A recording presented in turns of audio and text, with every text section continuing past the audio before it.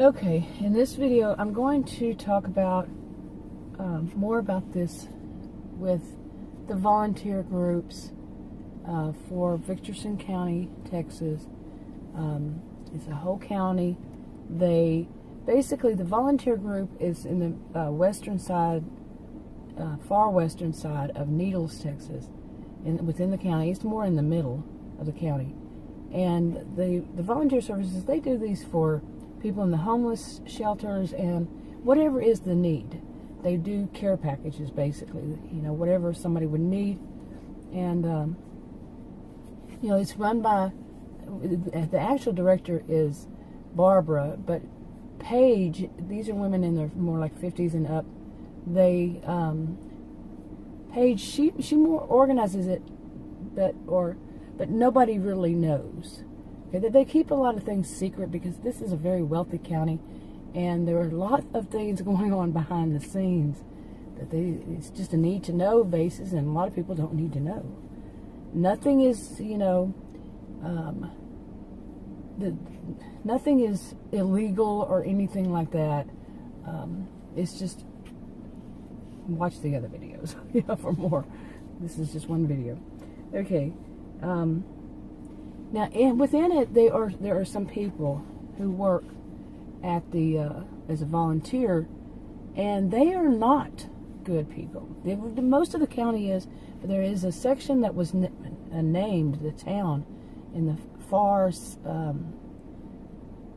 northeastern side of the county, and it was named that many generations ago, many generations ago, back in the old Wild Wild West kind of thing. When the county was just really developing, it was it was named the Outlaws. Okay, because the town next to it, Bella, and the whole county, they got tired of the people who were the bad ones and such, and they didn't want things like bars and hotels. Not so much hotels, but bars and what often came along back then. They put them in this. So what they did was they put them in this town that they called the Outlaws, and that's also where some train station came through, and they had hotels and all else. And so it was a bad area. Well, as the generations passed, they did not change the name of it. They thought it was rich in history, and took it with pride. It was called the Outlaws. And the Outlaws, they were not people who were sent there, people who, depending on their offense, to be put in jail or prison, they couldn't buy or move back into the rest of, where they lived in the rest of the county, depending on their offense, like I said. And they couldn't buy property. Neither could their family. And that's just how it was, okay? And they could try to take them to court and stuff like that. They would always fail.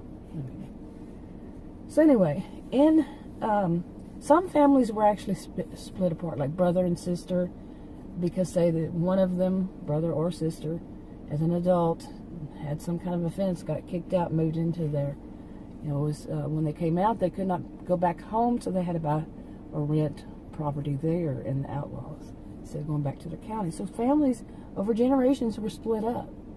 And this is what happened to one of the volunteers. She's in her, I think, early 50s. Donna. What happened to her family? Donna and her sister, at this point, early 2020, back in early 2020, this is 2021 now. But back then, Donna and her sister Debbie, they were raised in the Outlaws, in that town, the Outlaws, and because of generations past, but not too many generations, because their cousins, okay, all else of their cousins, they were living in the other part, the really wealthy part. They were descendants of the original settlers and all, and the founders and everything. And they lived in the other part. They didn't live in the Outlaws, town of the Outlaws. And they were quite jealous. Debbie and Donna were quite jealous of this.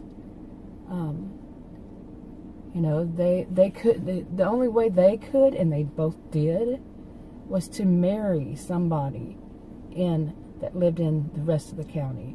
And that's what they did. And that was very common. It was also, quite, there's so much more to that story. But now in this video, this is introducing basically Debbie. I've already introduced her once before in another situation where she met people. But her sister, Debbie, and also their cousin, Bess. Now, here's where it begins. Okay, now, Donna's older sister, Debbie's older than Donna. But that is not well known. They don't tell people. There's the county, is full of towns. The biggest one and closest to the city is right in the middle, Needles. But it's a big county, and they're kind of separated from the outside world, really isolated. And they, they just don't tell people. And this is my sister. If they come from the outlaws, usually. Okay, and now her sister still worked in the county's only university. She still works there in the cafeteria, Debbie. And she does videos on, because she married into somebody that lived in the rest of the county. She does videos. She can get on the county's social media platform. They have their own called Virtual County. Anybody that is in the outlaws, they can't, okay? But she can. So she does videos. And one of the things that has wound up happening is they usually don't say their name. She wound up basically getting into through video, without mentioning one another's names, with a woman named Meg. And little does she know, Meg is actually investigating her. Okay, they don't know it. Neither one of them at first. Okay, Meg becomes one who investigates her and Donna. Okay, now this is a series, like I say, I don't want to give all too much past information, but basically the county went into what they called rolling lockdowns because of I'm going back to early 2020. And once they found out what was going on, there wasn't that much information.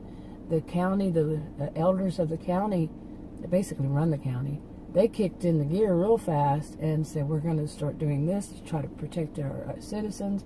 So many different things that they, so they were going to do. As time went by, and they learned more. And when Donna heard about her own situation, about what was going to happen with her own, because she was one of the volunteers and so on and so forth, volunteers were going to be moved around to help with other areas of the county.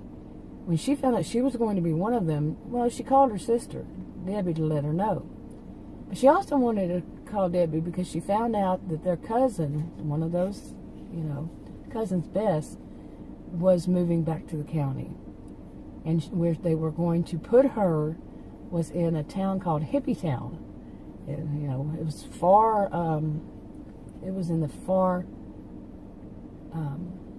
southwest of the town, of the county, that is.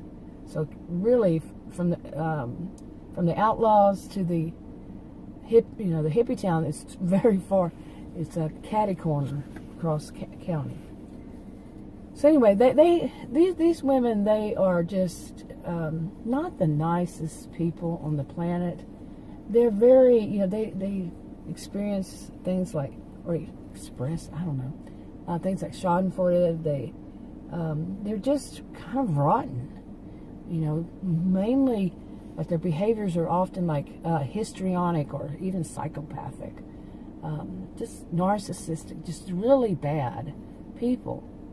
And they get a kick out of it. They get a kick out of the thought that Bess was moved to this place called Hippie Town, this town called another one that has a rich history.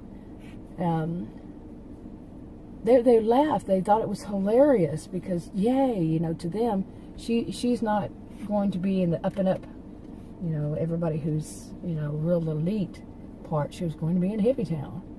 And they just thought it was hilarious. But she also called Debbie, Donna called Debbie, to tell her, like I said, about the lockdowns and that she was going to have to be moving, across county. Okay, this is a lot of background. Another one it'll be background information for a little while.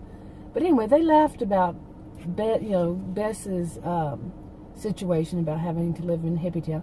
But they wanted to figure out how can they use it to their advantage. This is how these women are. Everything they want to use in any way, everybody they can, they want to try to use it to their advantage.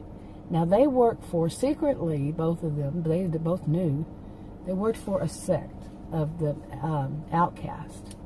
They basically are trying to overthrow the original group members. They have they're wealthy because they all have no leader, no true leader, but they help one another and have helped one another for, like, say, as long as maybe 40 or so years, to build businesses and to grow and develop. And they became very wealthy people inside of it. Group members and their descendants, basically, they get a lot of wealth because they also get, I guess you could call it, dividends from all the people that they helped and all the things that they do. They have a whole enforcement group, they call it, and they have so many perks. Now the outcasts are the ones that live in many of them live in that town called the Outlaws, because they got kicked out because they're trying to, have been trying for years they want to run it. They wanted to run it from the start, and they kicked them out, the whole thing. And so they moved there. And they've been trying for years to gain. It's been a game for them over the years. And Donna and